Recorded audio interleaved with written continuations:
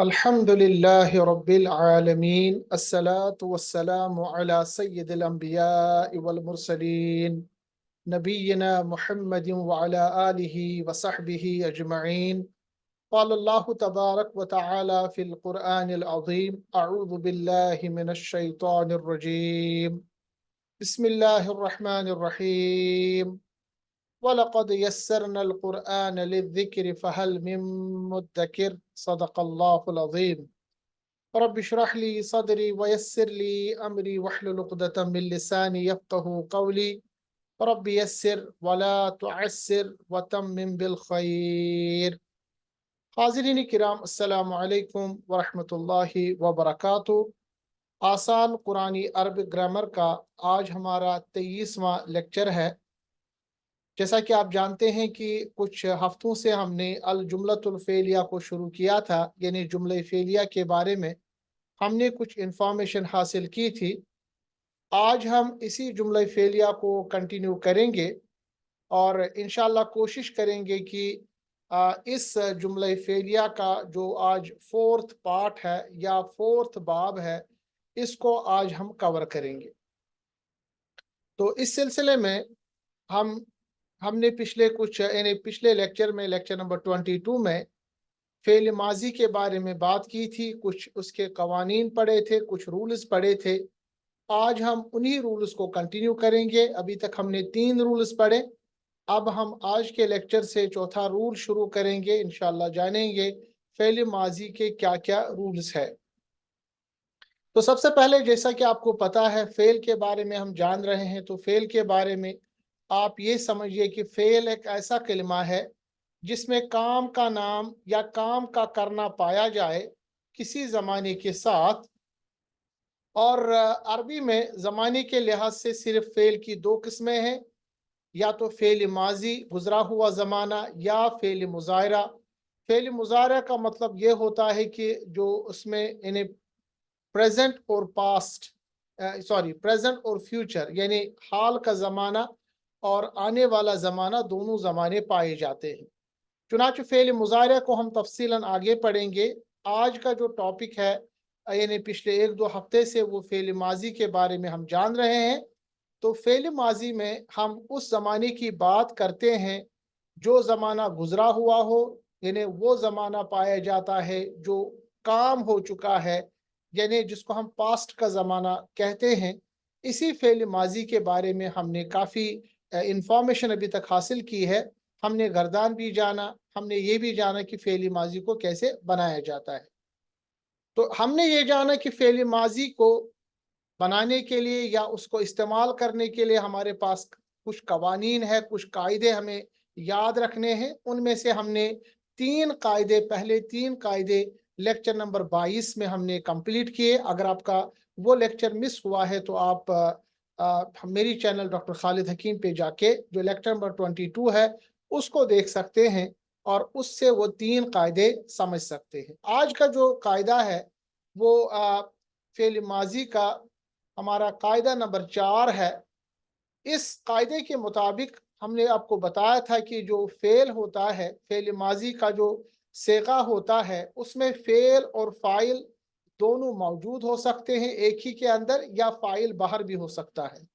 البتہ مفعول کے اندر، مفعول کے بارے میں، یعنی فعل فاعل کے بعد جو مفعول ہوتا ہے، ہم نے یہ آپ کو بتایا تھا کہ مفعول یا تو باہر ہوگا، نارمل طریقے میں ہوگا، یا پھر وہ ضمیر کی شکل میں اسی صیغے کے ساتھ لاسٹ میں جڑا ہوگا، لاسٹ میں ملا ہوگا۔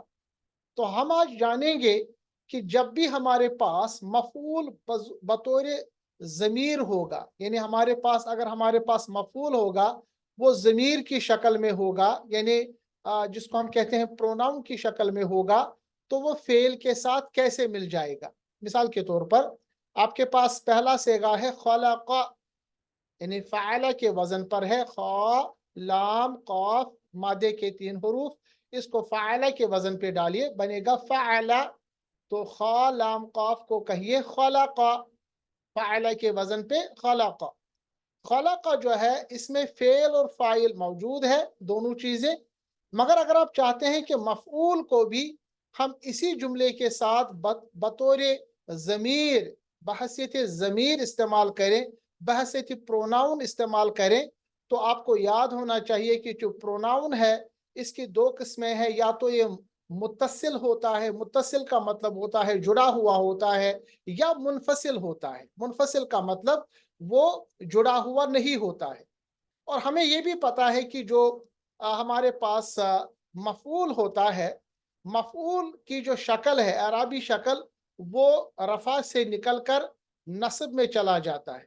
آپ کو پتا ہے کہ نصب میں ضمیر لایا جاتا ہے تو وہ یعنی متصل ضمیر لایا جاتا ہے، ملا ہوا ضمیر لایا جاتا ہے، کیونکہ اگر ضمیر منفصل ہوگا یعنی الگ ہوگا تو اس وقت جو ضمیر ہے وہ حالت رفع میں ہوتا ہے۔ کیوں؟ آپ کو پتا ہے کہ یعنی جملہ فعلیہ میں یہ جو ہمارے پاس مفعول ہوتا ہے وہ بحثیتی یعنی جس کو کہتے ہیں نصب میں ہوتا ہے، تو نصب کی ضمیر جو ہے وہ ملی ہوئی ہوتی ہے، وہ اس یعنی سیگے کے ساتھ جڑی ہوئی ہوتی ہے آخر میں، جیسا یہاں پر ہے خلق ہو، ترجمہ اس نے پیدا کیا اسے، ہو یعنی ایک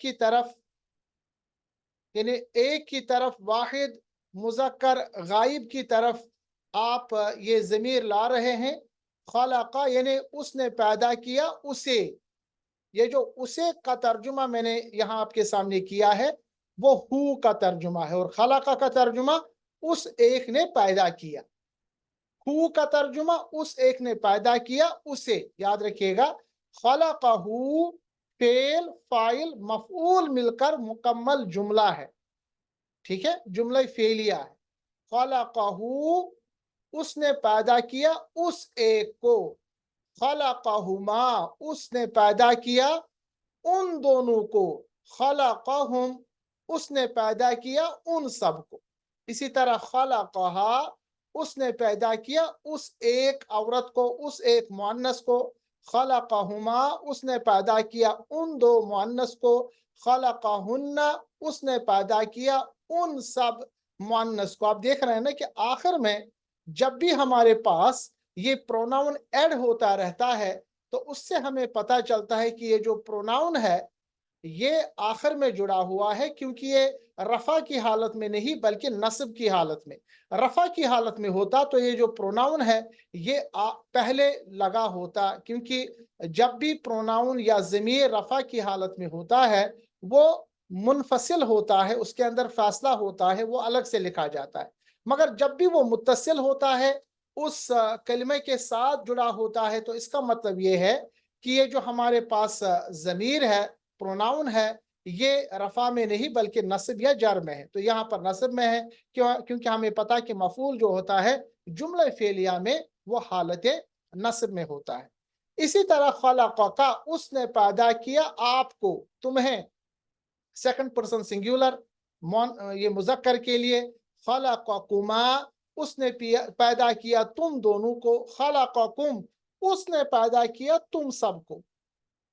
مذکر کی مثال خلقکی اس نے پیدا کیا تم ایک عورت کو یعنی ایک مؤنث کو، یہ سیکنڈ پرسن کی بات ہے۔ خلقکما اس نے پیدا کیا تم دو عورتوں کو، مردوں اور عورتوں کے لیے دونوں کے لیے کما سیکنڈ پرسن میں استعمال ہوتا ہے جیسا کہ آپ نے دیکھا، اور خلقکن اس نے پیدا کیا تم سب عورتوں کو۔ پھر دیکھیں خلقنی، اب یہاں پر تھا اصل میں خلقہ، پھر تھا یا ساکن، نون کہاں سے آ گیا؟ یاد رکھیے گا جب ہم خلقہ لکھیں گے پھر یا ساکن لکھیں گے، کیونکہ یہ جو ہم نے پڑھا ہے کہ ضمیر کا جو 13واں سیگا ہے، 13 سیگا ہے، وہ یا ساکن ہے۔ اب خلقہ پھر خلقائی نہیں پڑھا جا سکتا کیونکہ یا جو ہے ساکن ہے، اور یا جو ساکن ہوتا ہے اس کی جو نسبت ہوتی ہے وہ زیر کے ساتھ ہوتی ہے۔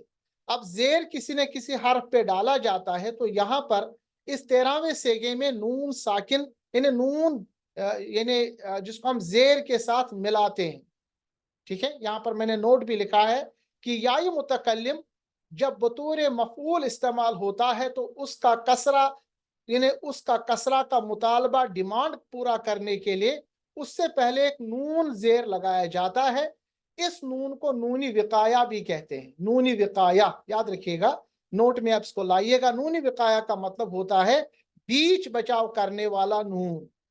کیونکہ اب یہ خلقہ اور یا تو الگ سے پڑھا نہیں جائے گا، اس کو پڑھنے کے لیے نون زیر نہیں لگایا جائے گا، تو پڑھا جائے گا خلقنی، اس نے پیدا کیے مجھے. اور یہ نون زیر نہیں جو بیچ میں آیا، جو بیچ بچاؤ کرنے کے لیے اس خلقہ کو یا ساکن کے ساتھ ملانے کے لیے آیا، اس کو ہم نونی وقایا کہتے ہیں. اسی طرح خلقنا، اس نے پیدا کیا ہم سب کو. اس میں مذکر مؤنث واحد یعنی مثنیٰ اور جمع دونوں شامل ہے. واحد کے لیے خلقنی، مذکر مؤنث دونوں کے لیے. تو بات سمجھ میں یہ آ گئی کہ اگر ہمیں جملہ فعلیہ میں ہمارے پاس مفعول کو جوڑنا ہے بصورت ضمیر، تو ضمیر جو ہے وہ آخر میں اس کے ساتھ جڑ جائے گی اور یہ ضمیر متصل کہلائے گی. کیونکہ ضمیر متصل اس صورت میں ہوتا ہے جب ہمارے پاس اسم جو ہے یہ یا تو نصب میں ہے یا پھر کسرہ میں ہے، یعنی جس کو ہم کہتے ہیں یعنی لاس والا، یعنی جو ہمارے پاس یعنی امپورٹنٹ چیز ہے. تو ہمارے پاس یہاں پر ہے خلقہ، جو ہو کی ضمیر ہے یہ نصب یا جر والی ضمیر ہے.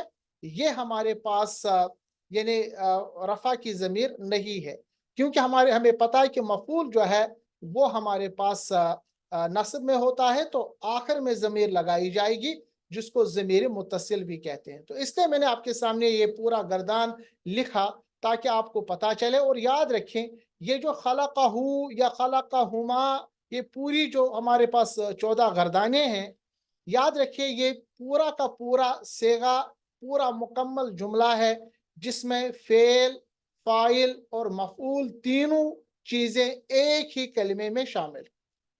یہ عربی کی بہت اچھی شان ہے کہ ایک ہی کلمے میں یا ایک ہی صیغے میں آپ فعل، فاعل، مفعول، یعنی آپ سبجیکٹ، آبجیکٹ اور یہ جو اس میں دوسری چیز ہوتی ہے، ان تمام چیزوں کو ایک ساتھ دیکھ سکتے ہیں. اب یہ جو ہم نے اوپر ایک رول پڑھا کہ جب بھی ہمارے پاس مفعول اس میں ضمیر کی شکل میں ہوگا، یعنی پروناؤن کی شکل میں ہوگا، تو وہ آخر میں اسی فعل کے صیغے سے جڑ جائے گا. یہ آپ کے سامنے پورے ڈیٹیلز آ گئے. اس کی ہم کچھ مثالیں اب ہم نیچے سمجھیں گے. ٹھیک ہے، آپ کے سامنے مادہ ہے جیم، عین اور لام. ان 3 حرفی مادہ کو آپ فعل کے وزن پہ ڈالیے، بنے گا جعل. جعل کا ترجمہ ہے اس نے بنایا، اس نے بنایا. قرآن مجید سورۃ الفیل آیت نمبر 5 اللہ تعالیٰ فرماتا ہے فا کا مطلب ہوتا ہے پس، جعلہم بنا دیا اس نے انہیں. دیکھیں یہ والا ہے، جیسے اس طرح ہے نا خلقہم، اسی طرح ہے جعلہم بنایا اس نے، یعنی فعل اور فاعل یہاں اس سے مراد اللہ ہے. فجعلہم بنایا اس نے انہیں یعنی ان سب کو. ان سب یہاں پر ہم کا صیغہ ہے، تو ان سب مردوں کو کعصفم گویا کی معقول بس کی مانند، یعنی اللہ تبارک و تعالیٰ نے ان کو بنایا جیسا کہ بس کی مانند. اب یہ جو قرآن مجید کی آیت ہے یہ سورۃ الفیل کی آیت ہے. جب آپ کو پتا ہے کہ جب یہ جو اصحاب الفیل یعنی جو ہاتھی والے ابرہہ کی فوج رسول اللہ صلی اللہ علیہ وسلم کی پیدائش سے پہلے مکہ پہ چڑھائی کرنے آئی تھی، ان کے پاس بڑے بڑے ہاتھی ساتھ میں تھے، اور جب وہ خانہ کعبہ کے قریب آئے اس کو منہدم کرنے کے لیے، تو اللہ تبارک و تعالیٰ نے ابابیل کے ذریعے خانہ کعبہ کو بچایا. اور ابابیل کے پنجوں میں جو کنکریاں تھی، جس شخص کے اوپر وہ کنکریاں پڑ جاتی تھی، اللہ فرماتا ہے فجعلہم پس بنایا اس نے، یعنی اللہ نے ان سب کو کیسے؟ کھائے ہوئے بس کی مانند، کعصف معقول، ایسا بس جس کو کھایا جاتا ہے. مطلب جو آپ دیکھ رہے ہیں کہ جانور جب چارہ کھاتے ہیں نا، پھر اس چارے کو چرننگ کرتے ہیں، اس کے بعد اگر وہ باہر نکالیں گے اس کی کیا کیفیت ہوتی ہے، اللہ تبارک تعالیٰ نے ان لوگوں کو ویسے ہی حالت اس کنکری کے ذریعے بنا دی. تو یہاں پر آپ کو سمجھ میں بات آ گئی ہوگی کہ جعلہم اس کا ترجمہ کیا ہوا، اس میں فعل فاعل مفعول، فعل فاعل جعلہ میں ہے اور مفعول جو ہے وہ ہم ہے، اس کا تیسرا سیغہ۔ اسی طرح ہمارے پاس ہے حمزہ میم را، یہ مادے کے 3 حروف فعل کے وزن پہ ڈالیے، بنیں گے امرا، اور امرا کا جو ترجمہ ہے، اس کا ترجمہ ہے اس نے حکم دیا، امرا اس ایک نے حکم دیا۔ سورۃ الاعراف آیت نمبر 12 اللہ فرماتا ہے انا خیر منہ، یعنی ابلیس کے بارے میں اللہ نے فرمایا، اس نے کہا انا، میں، یہاں پر یہ جملہ اسمیہ ہے، انا، یہ انا کا ترجمہ یہاں پر ہوگا میں، تو یہ یہاں پر مبتدا ہوگا، خیر اس کی خبر ہے، منہ، منہ یعنی اس سے، تو یہ متعلق خبر، یہ یہاں پر انا خیر منہ جو ہے یہ مکمل ہمارے پاس جملہ اسمیہ ہے۔ اس نے کہا، یعنی کس نے کہا؟ یہاں شیطان ابلیس کی بات ہے، میں ہوں بہتر اس سے۔ ابلیس نے کہا، جب اللہ تبارک تعالیٰ نے اس کو کہا کہ تم سجدہ کرو آدم علیہ السلام کو، قرآن میں سورۃ الاعراف آیت 12 میں اللہ فرماتا ہے انا خیر منہ، اس نے کہا، یعنی ابلیس نے کہا کہ میں خیر ہوں، میں بہتر ہوں اس سے، یعنی آدم علیہ السلام سے۔ اب اس کے بعد ہے جملہ فعلیہ شروع ہوتا ہے خلقتنی، میں پھر سے پڑھوں گا، خلقتنی، خلق، یہاں دیکھیے یہاں پر 13واں صیغہ خلقتنی، یہاں پر خلقنی ہے، یہاں پر اس نے کیا کہا؟ خلقتنی، یعنی تم نے مجھے پیدا کیا، خلقتنی یعنی تم نے مجھے پیدا کیا، من نارن ایک آگ سے، یہ چونکہ ہمارے پاس نکرہ کا صیغہ ہے تو اس کا ترجمہ آگ کے بجائے ایک آگ سے، اور خلقتہ تو نے پیدا کیا اسے، یعنی آدم علیہ السلام کو، یہ دیکھیں خلقتہ اسے، من طین ایک گیلی مٹی سے، طین کہتے عربی میں مٹی وہ جو گیلی ہو، یعنی ایسی مٹی جس میں پانی ملا کے اس کو یعنی پوری طرح سے مکس کیا جائے، اس کو عربی میں کہتے ہیں طین، بلکہ قرآن میں ایک جگہ ہے طین لازب، یعنی ایسی مٹی جو گارا بنا دی جائے۔ تو یہاں پہ بھی اس جملہ فعلیہ میں بھی آپ خلقتنی اور خلقتہ میں آپ نے دیکھا فعل فاعل اور مفعول استعمال ہوا ہے، اور دونوں صورتوں میں جو مفعول ہے وہ یہاں پر آپ نے دیکھا بحث ہے کہ یعنی وہ مفعول جو ہے وہ اس یعنی ہمارے پاس جو صیغہ ہے اس کے ساتھ ملا ہوا ہے، اور مفعول جو ہے اس کی جو ضمیر ہے وہ متصل ہے، جڑی ہوئی ضمیر ہے، کیونکہ مفعول جو ہوتا ہے جملہ فعلیہ میں وہ ہمارے پاس حالت نصب میں ہوتا ہے۔ انا خیر منہ، میں ہوں بہتر اس سے، خلقتنی تو نے پیدا کیا مجھے، من نارن آگ سے، اور خلقتہ تو نے پیدا کیا اسے، ٹھیک ہے، ہو سے مراد اسے، جیسے خلقہ ہے، من طین ایک گیلی مٹی سے۔ تو یہاں ہمارے پاس ایک قاعدہ کلیئر ہونا چاہیے، قاعدہ نمبر 4، کہ مفعول جب یعنی ضمیر کی شکل میں آتا ہے تو وہ فعل کے صیغے کے ساتھ آخر میں جڑا ہوا ہوتا ہے۔ وجہ اس کی یہ ہے کہ مفعول جو ہے وہ حالت نصب میں ہوتا ہے، اور ضمیر جب حالت نصب میں ہوتا ہے تو وہ آخر میں جڑا ہوا آتا ہے۔ اگر ضمیر پہلے آئے یعنی جڑا ہوا نہ ہو تو یاد رکھنا چاہیے ضمیر اس وقت حالت رفع میں، مگر ہمیں پتا ہے کہ مفعول حالت نصب میں ہوتا ہے، اسی لیے ضمیر آخر میں اس فعل کے ساتھ مل جاتا ہے۔ یہ یعنی آپ نے قاعدہ نمبر 4 اس کو یاد رکھنا ہے۔ اس کے بعد ہم قاعدہ نمبر 5 پڑھیں گے، رول نمبر 5 پڑھیں گے، جس میں ہم یہ جانیں گے کہ فعل ماضی کو ہم فعل ماضی قریب کیسے بنائیں۔ دیکھیں آپ کو پتا ہے کہ فعل ماضی کا مطلب ہوتا ہے وہ کام جو گزرے ہوئے زمانے میں کیا جاتا ہے۔ اب اس گزرے ہوئے زمانے کی بھی قسمیں ہیں، ایک ہے جو گزرا ہوا زمانہ کافی ٹائم سے گزرا ہے، دوسرا ہوتا ہے کہ گزرا ہوا زمانہ ابھی ابھی ختم ہوا ہے، جیسے میں آپ سے بات کر رہا ہوں 2 منٹ پہلے میں نے جو آپ کی بات کی وہ بھی تو گزرا ہوا زمانہ ہے، مگر وہ گزرا ہوا زمانہ ابھی کا گزرا ہوا یعنی لیٹسٹ گزرا ہوا زمانہ ہے، جس کو ہم کہتے ہیں فعل ماضی قریب۔ اسی طرح اگر آپ کے پاس جملہ فعلیہ میں فعل ماضی ہو، کیسے پتا چلے گا کہ یہ فعل ماضی جو ہے یہ قدیم یعنی بعید گزرا ہوا زمانہ ہے، کافی پرانا گزرا ہوا زمانہ ہے، یا یہ زمانہ اب یہ بھی گزرا ہے، ماضی قریب کا زمانہ ہے؟ تو اس پہ یاد رکھیے گا، جب بھی فعل ماضی پہ آپ ابتدا میں لفظ قد دیکھیں گے، قد، قاف اور دال ساکن، تجوید کے حساب سے اس کو ہم پڑھتے ہیں قد، قد، کیونکہ دال پہ قلقلہ ہوتا ہے۔ جب بھی فعل ماضی کے ابتدا میں آپ قد دیکھیں گے، فعل ماضی پہ سب سے پہلے تو تاکید ڈیولپ ہوتا ہے۔ تاکید کا مطلب ہوتا ہے فعل ماضی میں زوردار، یعنی جس کو تاکید کہتے ہیں، جس کو ہم کہتے ہیں سٹرس، ایک سٹرس ڈیولپ ہوتا ہے، بات کے کہنے میں مزید تاکید ڈیولپ ہوتی ہے۔ اس کے علاوہ فعل ماضی جو ہے وہ فعل ماضی قریب بن جاتا ہے، یعنی ایسا فعل ماضی بن جاتا ہے جو ابھی ابھی گزرا۔ ٹھیک ہے، آپ کے سامنے کچھ مثالیں دیں گے، پھر آپ کو سمجھ میں آئے گی کہ فعل ماضی قریب کیسے بنتے۔ سب سے پہلے ہم بتائیں گے ہمارے پاس مادہ کا جو مادہ ہے، ثلاثی مادہ یعنی 3 حرفی مادہ، تا، را اور کیف، اس کو آپ فعلہ کے وزن پہ ڈالیے تو بنے گا تارکا۔ تارکا کا ترجمہ ہے اس نے چھوڑ دیا۔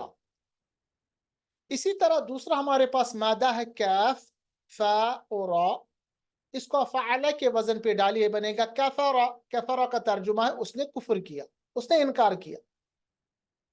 اب حدیث مبارک میں ان دونوں افعال کو استعمال کیا گیا ہے، اور اس میں آپ کو میں مثال دوں گا کہ کیسے آپ اسے ماضی قریب بنا سکتے ہیں۔ رسول اللہ صلی اللہ علیہ وسلم نے فرمایا، حدیث صحیح، من ترک، جس نے چھوڑ دیا، یعنی جس ایک نے چھوڑ دیا، جس نے چھوڑ دیا الصلاۃ۔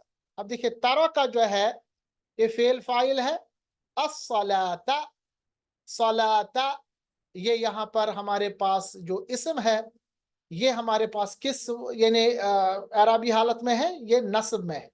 نصب میں جو اعراب ہوتا ہے، اسم ہمارے پاس فعل فاعل کے بعد وہ مفعول ہوتا ہے۔ تو یہ الصلاۃ اور متعمدن، متعمدن، یہ جو متعمدن اور الصلاۃ یہ دونوں مفعول ہے۔ من ترک الصلاۃ متعمدن، متعمدن ترجمہ جس نے چھوڑ دیا نماز کو جان بوجھ کر، فقد، ف کا مطلب ہوتا ہے پس، قد کا ترجمہ میں نے آپ کو بتایا سٹرس ڈیولپ ہوتا ہے، پس یقیناً، یہ جو لفظ یقیناً میں نے لایا یہ قد کا ترجمہ ہے کفارہ۔ اب اس کفارہ جو ہے یہ ہمارے پاس ماضی قریب، ماضی فعل ماضی ہے، اس کو قریب کیسے بنایا گیا؟ اس سے پہلے قد لایا گیا۔ اس قد کی وجہ سے کیا ہوا؟ ایک تو ترجمہ آیا یقیناً، ٹھیک ہے، دوسرا ترجمے میں دیکھیں فرق کیا آیا، یقیناً اس نے کفر کیا ہے۔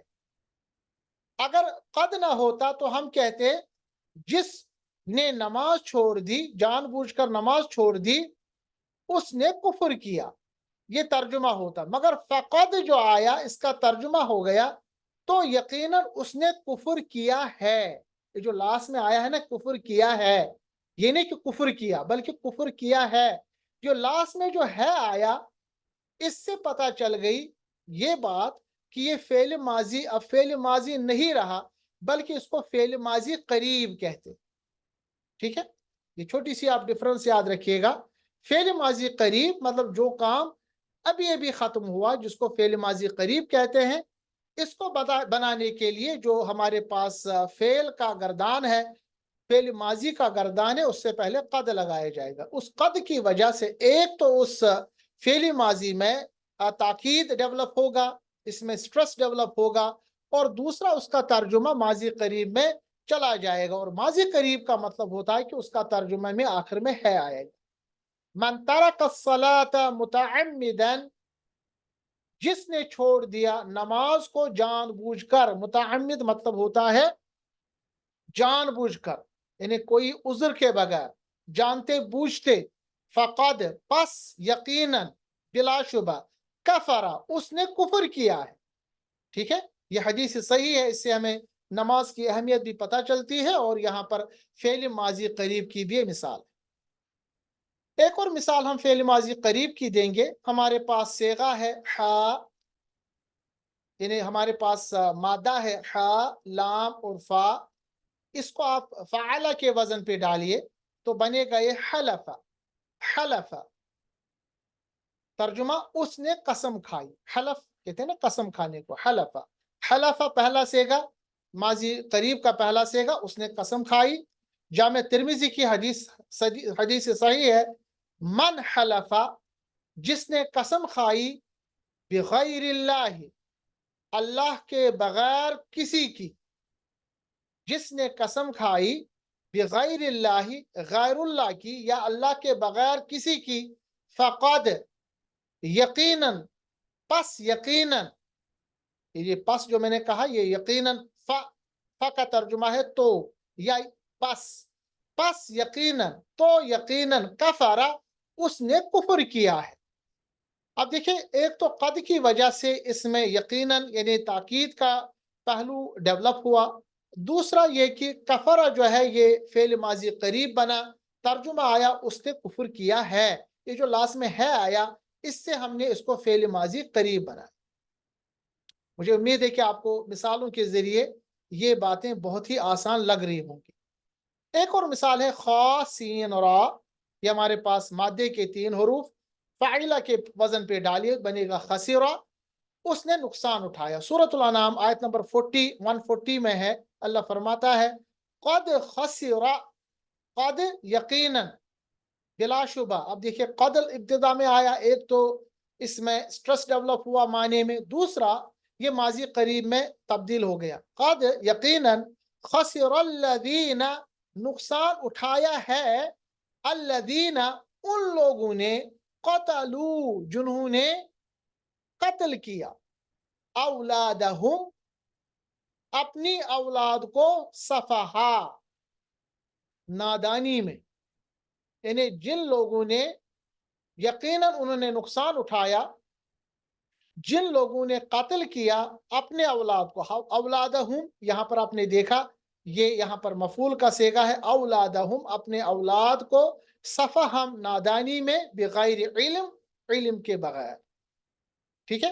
یہاں پر بھی آپ نے دیکھا قد کی وجہ سے ایک تو سٹریس ڈیولپ ہوا اور دوسرا اس کو ماضی قریب میں یہ تبدیل ہو گیا. اسی طرح ہمارے پاس ہے یعنی مادے کا جو ہمارے پاس مادہ ہے ضاد را اور با فعلا کے وزن پہ ڈالیے تو یہ بنے گا ضربا.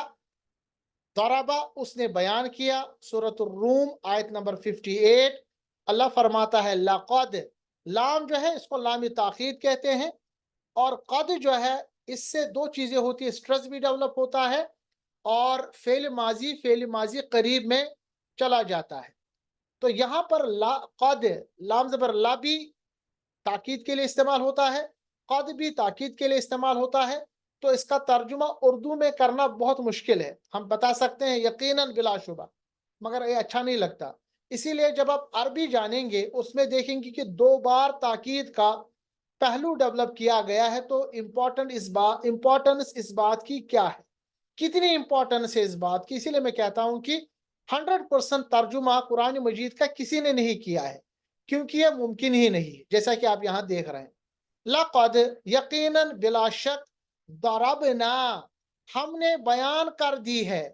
ضربنا یہ 14واں صیغہ ہے. ضربنا یقیناً بلا شبہ ہم نے بیان کر دی ہے للناسی لوگوں کے لیے فی ھذا القرآن اس قرآن میں من کل مثل یعنی اس قرآن میں ہر مثال. یقیناً اللہ فرماتا ہے کہ میں نے بیان کر دی ہے ہم نے بیان کر دی ہے. اب دیکھیں بیان کر دی نہیں بلکہ بیان کر دی ہے. یہ جو ہے یہ قد کی وجہ سے یہاں ڈیولپ ہوا. ماضی فعل ماضی قریب بنا للناس لوگوں کے لیے فی ھذا القرآن اس قرآن میں من کل مثل ہر مثال. تو یہ یہاں پر ایک اور مثال. ایک اور صیغہ ہمارے پاس ایک اور مادہ ہمارے پاس ہے نون صاد را فعلا کے وزن پہ ڈالیے بنے گا نصرہ. اس کا ترجمہ اس نے مدد کی. اب آپ دیکھیں اس کو ہم سورۃ آل عمران آیت 1-3 میں بیان کیا گیا ہے اور لقد یقیناً بلا شبہ نصرکم اللہ بلا شبہ یقیناً مدد کر چکا ہے تمہاری اللہ یعنی تمہاری مدد کر چکا ہے اللہ ببدرن، غزوہ بدر کے ذریعے۔ تو یہاں پہ بھی آپ نے دیکھا وَلَقَدْ استعمال ہوا ہے، لقد کی وجہ سے یقیناً بھی آ گیا بلا شبہ کا، ترجمہ بھی آ گیا، اور ساتھ ساتھ میں اس میں جو ہے کا ترجمہ آیا ہے، مدد کر چکا ہے، ماضی قریب کا جو صیغہ بنا ہے یہ قد کی وجہ سے بنا ہے۔ ایک اور مثال، لقد یقیناً بلا شبہ، خلقنل ہم نے پیدا کیا، الانسان انسان کو، ملانے کی صورت میں خلقنا الانسان، خلقنا فعل فاعل، انسان مفعول۔ اب دیکھیں مفعول ہے کیونکہ یہ جو آپ دیکھ رہے ہیں یہ نصب کی صورت میں ہے، فی احسن تقویم، یقیناً بلا شبہ ہم نے پیدا کیا ہے انسان کو، فی احسن تقویم، انسان کو بہترین شکل میں، فی احسنی بہترین تقویم شکل۔ تو یہاں آپ کو پتہ چلنا چاہیے رول نمبر 5 کہ جب بھی قد آتا ہے، ایک تو فعل کے اندر زوردار تاکید ڈیولپ ہوتی ہے، دوسرا وہ جملہ فعلیہ فعل ماضی جو ہے وہ فعل ماضی قریب میں چلا جاتا ہے۔ اسی طرح ہمارے پاس قاعدہ نمبر 6 ہے۔ قاعدہ نمبر 6 یہ ہے کہ آپ کو پتہ ہے، پہلے میں نے آپ کو بتایا تھا کہ فعل جو ہے ہمارے پاس فعل ماضی بھی ہے اور فعل مضارع بھی ہے۔ اگر کبھی آپ کو فعل ماضی کو مضارع میں تبدیل کرنا ہے، پاسٹ والے جملے کو آپ کو فیوچر والا جملہ یا پریزنٹ والا جملہ بنانا ہے، تو ہم کیسے بنا سکتے ہیں؟ اس کے لیے قاعدہ نمبر 6 آپ یاد رکھیے گا، جب بھی فعل ماضی پر آپ حرف اذا دیکھیں گے، اذا کا ترجمہ ہوتا ہے جب، یا ان دیکھیں گے، ان کا ترجمہ ہے اگر، فعل ماضی پر جب آپ اذا یا ان دیکھیں گے تو اس کا معنی بدل کر فعل مضارع کا معنی آ جاتا ہے۔ مضارع کا مطلب ہوتا ہے پریزنٹ کا زمانہ اور فیوچر کا زمانہ، جبکہ فعل ماضی کا ترجمہ ہوتا ہے گزرا ہوا زمانہ۔ اس فعل ماضی کو پاسٹ والے زمانے کو اگر آپ چاہتے ہیں پریزنٹ اور فیوچر کے زمانے میں لانا، تو اس سے پہلے فعل ماضی سے پہلے اذا یا ان پہلے لایا جاتا ہے۔ ترجمہ کچھ مثالیں دیں گے کلیئر کرنے کے لیے۔ ہمارے پاس مادہ ہے سین، حمزہ اور لام، فعل کے وزن پہ ڈالے بنے، اس کا ترجمہ یہ جو بن جائے گا سألہ، فعل سین حمزہ لام بنے گا سألہ، اس نے پوچھا۔ سورۃ البقرہ آیت نمبر 186، اللہ فرماتا اذا سألک عبادی، جب پوچھے تم سے میرے بندے۔ اب دیکھیں اس کا سألہ جو تھا یہ فعل ماضی تھا، اس کا ترجمہ ہونا چاہیے تھا جب میرے بندوں نے پوچھا، یہ جو ماضی کا صیغہ ہونا چاہیے تھا، مگر آپ دیکھیں اس کا ترجمہ کیا بن جاتا ہے، جب پوچھے تجھ سے میرے بندے، یہ ماضی سے نکل کر پریزنٹ اور فیوچر کی بات بن جاتی ہے، کس وجہ سے؟ اذا کی وجہ سے۔ اذا سألک عبادی عنی، جب پوچھے تجھ سے میرے بندے میرے متعلق، عنی فإنی، تو بے شک، قریب میں ہوں قریب۔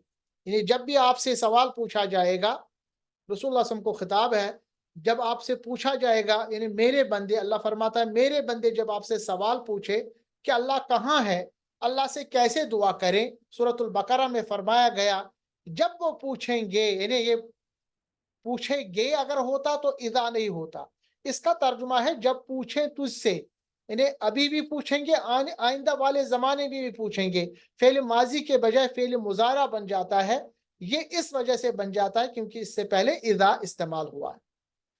سورۃ الآل عمران آیت 135 ہے، اذا فعلوا فاحشۃ، جب وہ کرے کوئی گناہ، جب وہ کرے کوئی کھلا گناہ۔ اب دیکھیں نا، جب جہاں ترجمہ ہونا چاہیے تھا انہوں نے کیا کھلا گناہ، ٹھیک ہے، مگر یہاں پر اذا آ گیا، اذا کی وجہ سے ماضی کا جو معنی ہے وہ مضارع میں تبدیل ہوا، ترجمہ بن جاتا ہے جب وہ کریں کوئی کھلا گناہ، او ظلموا انفسہم، یا وہ کرے ظلم اپنے جانوں پر، ظلموا فعل فاعل اور انفسہم مفعول، ذکروا اللہ، وہ یاد کرتے ہیں اللہ کو، مومنوں کی یہاں پر مثال دی گئی کہ اگر وہ کوئی کھلا گناہ کرتے ہیں، کوئی ظلم کرتے ہیں اپنے نفس کے اوپر، تو یقیناً وہ پلٹ جاتے ہیں اللہ کی طرف اور ذکر اللہ میں مشغول ہو جاتے ہیں۔ ہمارے پاس صیغہ ہے صاد لام ہا، فعل کے وزن پہ بنے گا صلح، وہ ٹھیک یا صالح ہوا۔ فا سین دال، فعل کے وزن پہ فسادہ، وہ خراب ہو گیا۔ اب ان دونوں ہمارے پاس جو افعال ہے ان کو ہم استعمال کریں گے۔ حدیث مبارک بہت مشہور ہے، اللہ کے رسول صلی اللہ علیہ وسلم نے فرمایا ان بلا شبہ فی الجسد مضغہ، بلا شبہ یا بے شک جسم میں ایک لوتھڑا ہے، مضغہ مضغتن ایک لوتھڑا، یعنی جسم میں ایک ٹکڑا ہے۔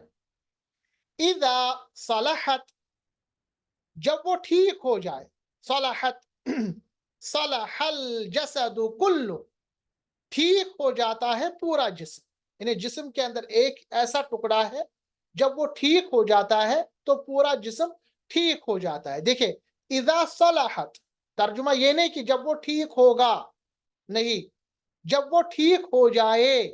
کس طرح یہ آ جائے ہو جائے، یعنی پاس سے نکل کر وہ فیوچر میں چلا جاتا ہے، وہ اذا کی وجہ سے۔ وَإِذَا، اور جب، فسدت فسد الجسد کلہ، اور جب وہ خراب ہو جائے۔ دیکھیں خراب ہو جائے یہاں پہ بھی فیوچر کا صیغہ ہے، حالانکہ پاسٹ کا سینٹنس ہے مگر پاسٹ فیوچر میں تبدیل ہو جاتا ہے اذا کی وجہ سے۔ فسد الجسد کلہ، تو پورا جسم خراب ہو جاتا ہے۔ آپ صلی اللہ علیہ وسلم نے فرمایا الا، خبردار رہو، وہی القلب، خبردار ہو جاؤ، سن لو، وہ دل ہے، یعنی وہی دل ہے۔ یعنی دل کے متعلق یہ کہا گیا اگر وہ صحیح ہے تو پورا جسم صحیح ہوگا، اگر وہ خراب ہو جاتا ہے تو پورا جسم خراب ہو جاتا ہے۔ تو یہاں پر ایک تو آپ نے حدیث کا ترجمہ سنا، دوسرا آپ نے یہ بھی سمجھا کہ اذا جب آ جاتا ہے تو ماضی سے نکل کر فعل کو وہ مضارع میں تبدیل کر لیتا ہے۔ مجھے امید ہے کہ آج کا جو لیکچر ہے جس میں ہم نے 3 قاعدے، امپورٹنٹ قاعدے پڑھے، ان کو آپ نے ذہن نشین کیا ہوگا، مثالوں کے ذریعے میں نے سمجھایا۔